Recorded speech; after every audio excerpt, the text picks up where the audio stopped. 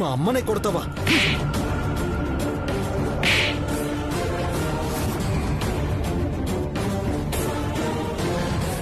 నువ్వు అవసరం లేదు, నీ ప్రేమ అవసరం లేదు.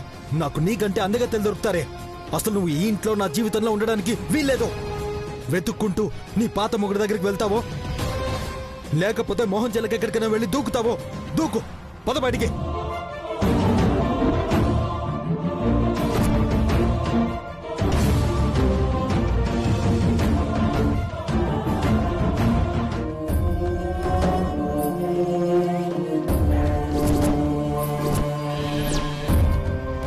చావు ఒక్కటే సమస్యలకి పరిష్కారమా?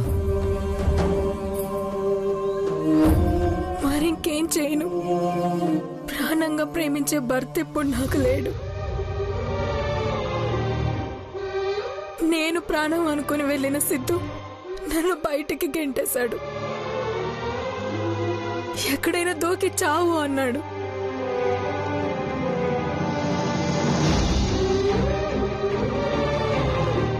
కనీసం బాబు కోసం బ్రతుకుదామనుకున్నా పేగు తెంచుకొని పుట్టిన బిడ్డ నాతో లేడు. తనివి తీరా గుండెలకి హత్తుకోలేను. అమ్మ నాన్న లేరు. నేనెవరి కోసం బ్రతకాలి? ఎందుకు బ్రతకాలి? నిజంగా అంతలా బాబు మీద ప్రేమ ఉన్నదానివే అయితే వెళ్ళిపోయేదానివే కాదు. వెళ్ళిన వెంటనే నా కోసం కాకపోయినా బాబు కోసమైనా వచ్చుండేదానివి. సిద్ధు ప్రేమలో, మీ ప్రేమలో ఏది నిజమైన ప్రేమో తెలుసుకోవడానికి నాకు టైం పట్టింది. అది తెలుసుకుని మీ దగ్గరకు వచ్చి క్షమించమని మీ కాళ్ళ మీద పడదామనుకున్నాను. కానీ అప్పటికే నా స్థానంలో కళ్యాణి వచ్చింది అని తెలిసింది. బాబు కోసం నేను ఎన్నిసార్లు వచ్చానో మీకేం తెలుసు. బాబు కోసం బాబుని మర్చిపోలేక ఇంటికి మారు వేషాల్లో వచ్చి మీ చేతుల్లో చావబోయాను. కృష్ణాష్టమికి గోపికమ్మలా వచ్చాను. గుడిలో రోడ్డు మీద ఇలా ఎక్కడ కన్నయ్యను చూడగలను అక్కడికి వచ్చి దూరంగా కన్నయ్యను చూసి మురిసిపోయేదాన్ని, ఏడ్చేదాన్ని. కన్నయ్యని తలుచుకుంటూ హోలికి పడి నిద్ర లేచిన క్షణాలు ఎన్నో నాకు తెలుసు. అలాగే సిద్ధుని మనసులో ఉంచుకొని తాళి కట్టించుకున్నాను, నిజమే. కానీ తర్వాత మీ ప్రేమను చూసి సిద్ధుని నిజంగా దాదాపు మర్చిపోయాను. మీ భార్యగానే జీవితాంతం ఉండాలని ఫిక్స్ అయ్యాను. ఏ ఆడపిల్ల మనస్ఫూర్తిగా ఇష్టం లేకుండా తన మీద చెయ్యి వెయ్యనీయదు.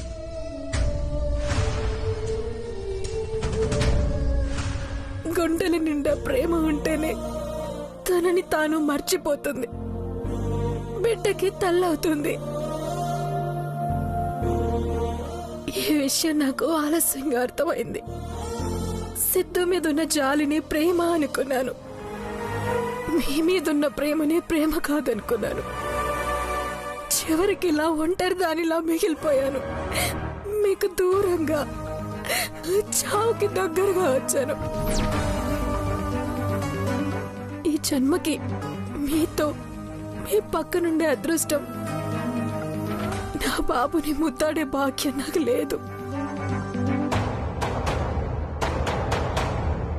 అందుకే చనిపోదామని నిర్ణయించుకున్నాను. ప్లీజ్ మీ చేతులతో నన్ను చంపేయండి.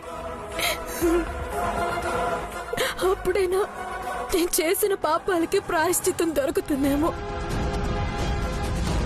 ఇంకేం ఆలోచించకండి, నన్ను చంపేయండి, నన్ను చంపేయండి. బ్రతికి అనుక్షణం నరకం నేను అనుభవించలేను. నన్ను చంపేయండి.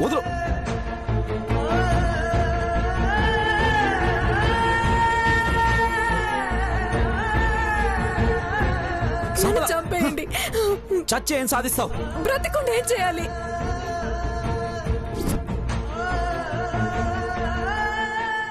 ఎవరి కోసం బ్రతకాలి?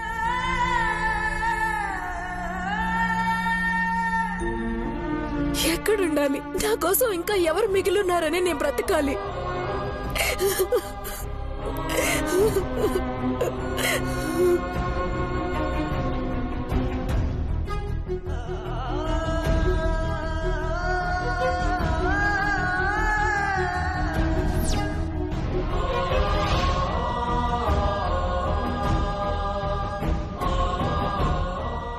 తను హెల్ప్ చేస్తాను అన్నంత మాత్రాన నేను మారకూడదు కదా.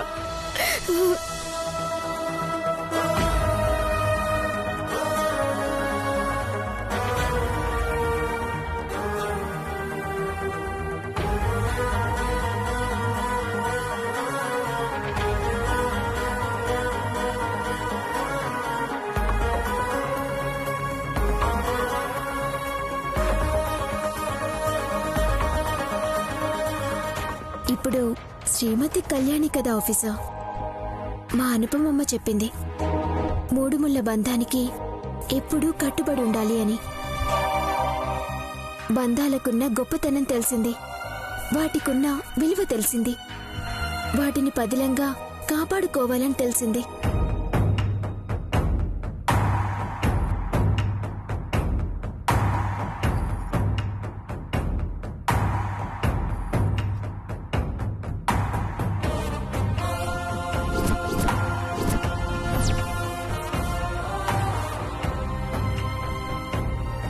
మీ ప్రేమను చూసి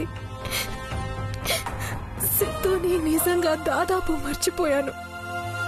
మీ భార్యగానే జీవితాంతం ఉండాలని ఫిక్స్ అయ్యాను.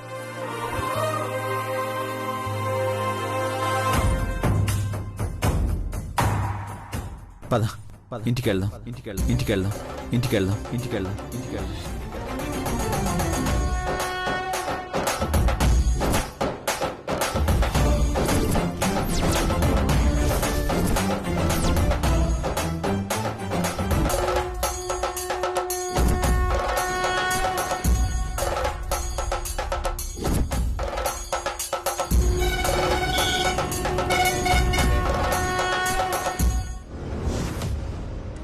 ఏం మాట్లాడుతున్నావు? పండగ రోజు అందరూ ఆనందంగా ఉన్నప్పుడు మాట్లాడాల్సిన మాటలేనా ఇవి? దమయంతి నోటి నుండి మంచి మాటలు వస్తే ఆశ్చర్యపోవాలత్తయ్య. తన మాటలేం పట్టించుకోకండి, అసలు మనిషిగా లెక్కలో వేయకండి. అయిపోయిందా అనటం? ఈ మధ్య కళ్యాణి అనుపమలో ఆనందంగా ఉంటూ నా కొడుకుని మాయ మాటలతో మాయ చేసి వాళ్ళ వైపు తిప్పుకున్నారు కదా.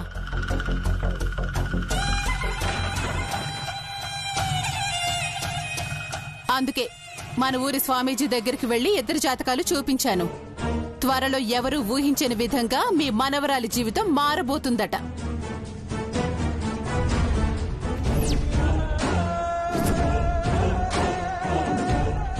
ఏదో గ్రహం కళ్యాణి జీవితాన్ని అల్లకల్లోలం చేయబోతుందట.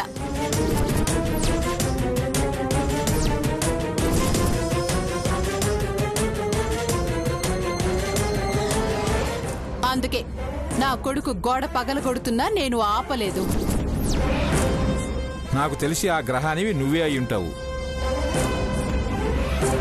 శౌర్య కళ్యాణిల మధ్య గొడవ పెట్టాలని చూస్తే ఈసారి కూతురు అని కూడా చూడను.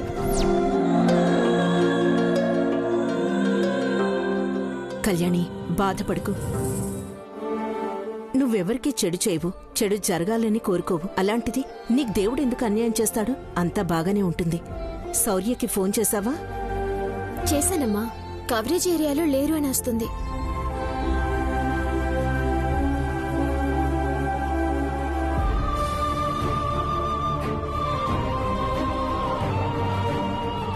ఎవరింటికి? నా ఇంటికి.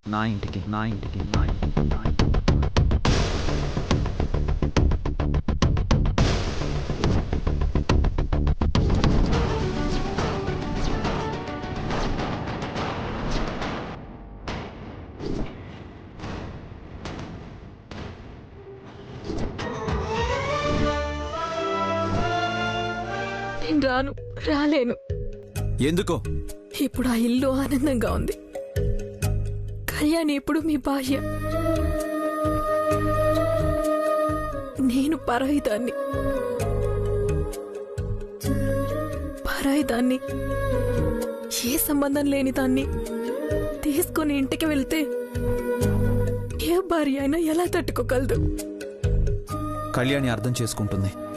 వద్దండి, పైకి నవ్వుతూ ఉన్నా లోపల కళ్యాణికి ప్రాణం పోతున్నట్టుంటుంది. నాకు ఆ పెయిన్ తెలుసు. మీ పక్కన కళ్యాణిని చూసినప్పుడు నా గుండె బద్దలైనట్టు అనిపించింది. అలాంటి పెయిన్ కళ్యాణికి నా వల్ల రాకూడదు. అలాగే అత్తయ్య, నానమ్మ, అనుపమమ్మ, తాతయ్య ఇలా ఎవ్వరూ నేను మళ్ళీ ఇంటికి తిరిగి రావడాన్ని సహించరు. నా వల్ల మీరు మాటలు పడాల్సి వస్తుంది. అది నాకు ఇష్టం లేదు. నిజమే, కానీ నేను నిన్ను నా మొదటి భార్య సంపద అనుకోవడం లేదు.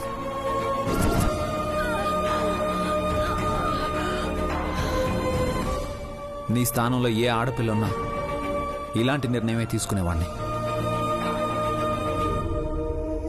నువ్వు మానసికంగా కోలుకునేంత వరకు, నీ అంతటా నువ్వు బతకగలను అనే ధైర్యం నీకొచ్చేంత వరకు నా ఇంట్లోనే ఉండు. అమ్మ వాళ్ళకి, కళ్యాణి వాళ్ళకి అర్థమయ్యేలా నేను చెప్తాను. అర్థం చేసుకుంటారు. కానీ వద్దండి, ఇంట్లో అయితే నలుగురికి సర్ది చెప్పగలరు, కానీ ఊర్లో జనాలందరూ ఏమనుకుంటారు? నన్ను వదిలేయండి. నేనొక దాన్నున్నానని మర్చిపోండి.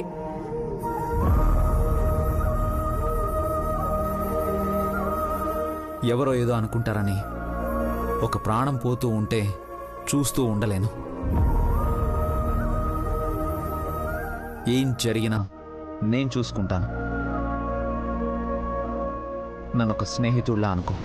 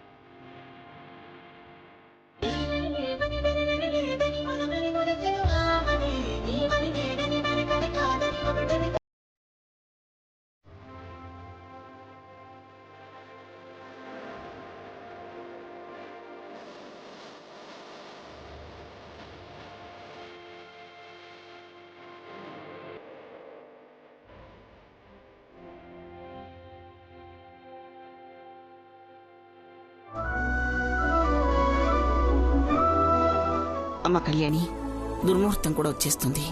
శౌర్య ఇంకా రాలేదు, హారతి కూడా అందుకోలేదు. అందుకని శౌర్య రాగానే గుమ్మం బయటే హారతి ఇవ్వు. అలా చేస్తే బయట నుంచి వచ్చే చెడుగాలి అక్కడే ఆగిపోతుంది. అలాగే నానమ్మా. వెళ్ళు వెళ్ళు.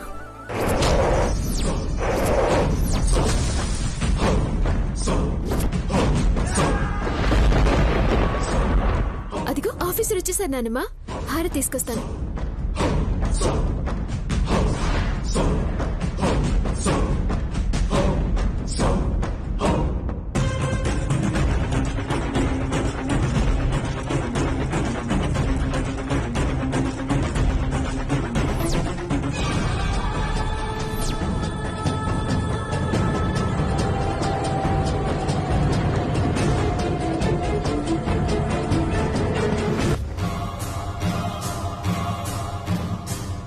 రా. రా సంపద.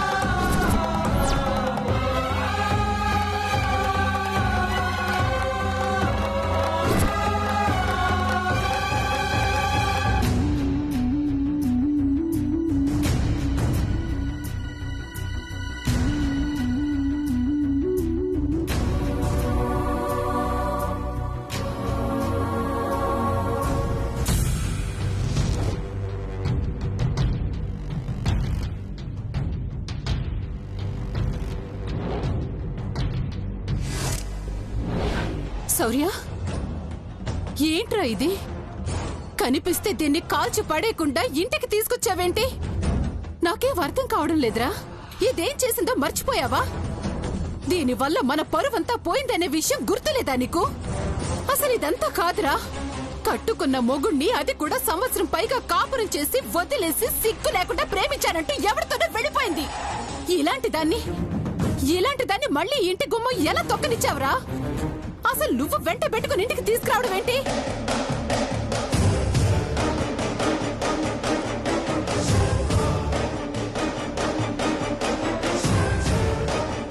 ఏమే నంగనాచి, నీకు సిగ్గనేది కొంచెమైనా దేవుడు పెట్టాడా? అమాయకురాల్లా మొహం పెట్టావు. నా అన్న మనవరాలని మా అమ్మ పట్టుబట్టి నిన్ను నా కొడుక్కి కట్టబెట్టింది. నువ్వేమో నా కొడుకుతో ఉంటూ ప్రేమ కథలు ఆ సిద్ధు గడితో నడిపావు. వాడితో వెళ్ళిపోయావు కదా, మళ్ళీ ఎందుకు తిరిగొచ్చావు? అమ్మా ఏంటా మాటలు?